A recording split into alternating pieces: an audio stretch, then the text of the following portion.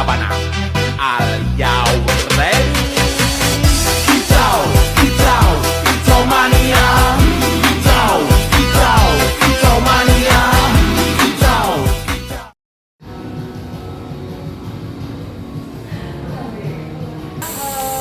Schedule kita mau tulis dulu. Untuk tulis ini dia tulis itu ada R1, R2, R3 sama R4 sebenarnya. R4 itu dia sama packing. Nah untuk yang R1 dia itu ada plastik roasting. Nah untuk mesinnya itu ada roasternya itu yang ini. Jadi kita itu nerima jenisnya itu dari petani itu kayak gini kak. Itu setelah di fermentasi, belum di roasting. Nah setelah dari petani itu tuh biasanya kamu pilihin dulu, dicari dulu karena takutnya masih ada kutu-kutunya biasanya kan ya. Nah lalu setelah dipilihin udah bersih nih, itu baru di roasting. Di roasting itu tujuannya untuk memperkuat si rasanya, mengurangi kadar airnya, terus nanti si flavor yang keluar tuh lebih jelas ini arahnya kemana. Setelah roasting itu akan ada proses winnowing. Untuk mesinnya itu yang ini winnower, yang kedua. Nah itu dia lagi dipisahin antara si nips sama kulitnya. Iya. Jadi di dalamnya itu ada nipsnya, terus dia dipisahin dari kulitnya. Nanti setelah dipisahin, tujuannya itu karena kita nggak akan pakai si kulitnya untuk membuat coklat itu. Jadi coklat itu yang digunakan hanya si nipsnya. Nah untuk kulitnya sendiri sebenarnya masih bisa digunakan. Biasanya kalau nggak untuk pakan burung bisa untuk teh juga, campuran teh. Dikeringkan. Betul.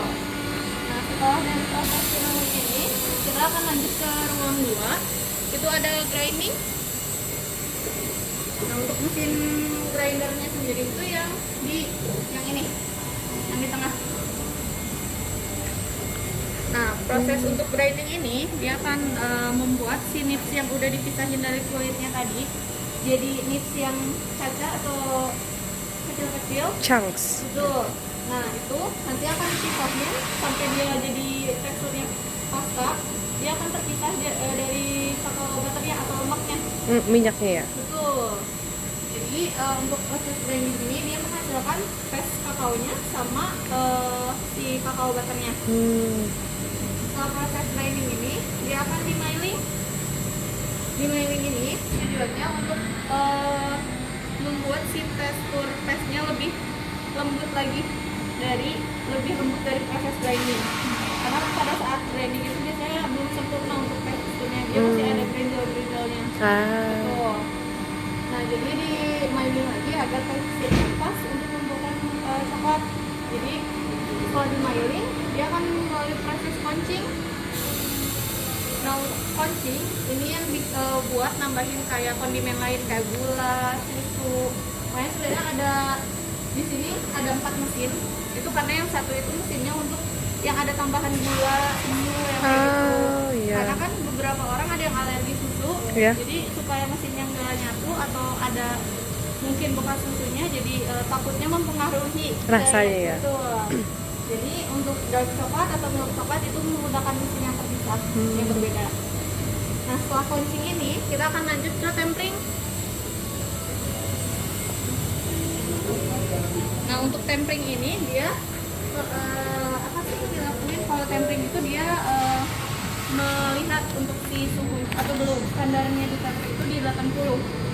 Nah jadi kalau misalkan kenapa harus di 80, karena kalau misalkan di atas itu atau di bawah itu nanti kalau di atas itu dia terlalu leleh, jadi terlalu panas, susah untuk ngesetnya. Sedangkan kalau terlalu dingin dia terlalu cepat ngeset. Iya. Jadi sehingga dia akan susah untuk melalui proses molding. Makanya harus ada tempering dulu supaya suhunya udah pas nih. Nah dia baru bisa ke molding. Tapi kalau suhunya belum pas itu nggak akan bisa di molding. Karena nanti untuk pembentukannya selain susah, dia akan jadinya kayak coklat bar. Yang ya nggak berbentuk gitu. Iya betul. Ya. Abstrak. Betul. Nah, untuk di ruang itu dia ada mesin yang bulat itu. Ya. Nah itu tuh untuk pembuatan drage. Drage itu dia isian, misalkan kayak kacang almond atau beans kopi. Oh Nah, iya. dia dicoating pakai Ke coklat, iya. Betul.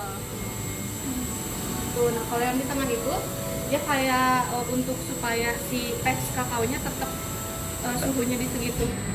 Untuk menjaga suhunya biar stabil gitu ya. Betul. Tuh, nah terus nanti dia masuk ke ruang yang di belakang itu untuk di packing. Setelah di packing dia masukin inventory, masuk ke shop. Oke, untuk dijual ya, Betul. untuk di selling. Oke.